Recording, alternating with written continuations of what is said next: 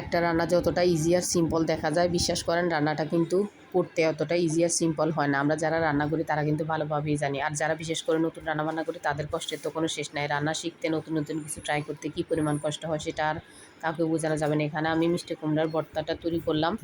ওই যেভাবে করে কুমড়োগুলোকে ফালি করে কেটে সিদ্ধ করে নিয়েছিলাম। সিদ্ধ হওয়ার পর পানিটা ফেলে দিয়ে একটু টেলে নিয়েছি। টালা হয়ে গেলে শিল দিয়ে ভালোভাবে একদম পেস্ট করে নিয়েছিলাম।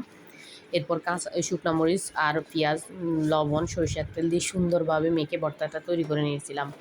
এরপর এখানে তৈরি করব ঝিঙে দিয়ে শুটকির একটা তরকারি। আজকে হাতে মাখিয়ে করলাম, দেখি কেমন হয়। এই জন্য মাশাআল্লাহ মজাই হয়েছিল। যাই হোক, সবগুলো মশলা দিয়ে মেখে ঝিঙেটা দিয়ে ভালোভাবে আবারও মেখে একটুখানি ঝোল অ্যাড করে এরপর চুলায় বসিয়ে দিলাম।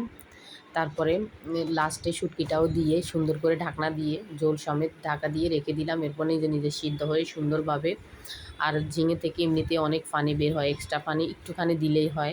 যাই হোক, ওই দিন আমার কীভাবে যেন পানিটা ব্যালেন্স হয়েছিল। এরপর ওই রান্নাটা শেষ করে একপাশে রেখে দিয়ে এখানে আমি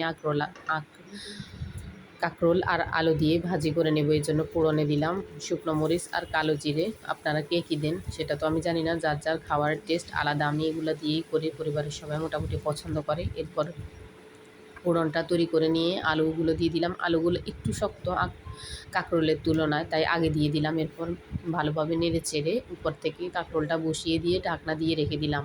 তারপর লাস্টে একটুখানি কাঁচামরিচও দিয়ে দিলাম ফ্লেভারের জন্য। এরপর এগুলো ভালোভাবে মিশিয়ে নেব।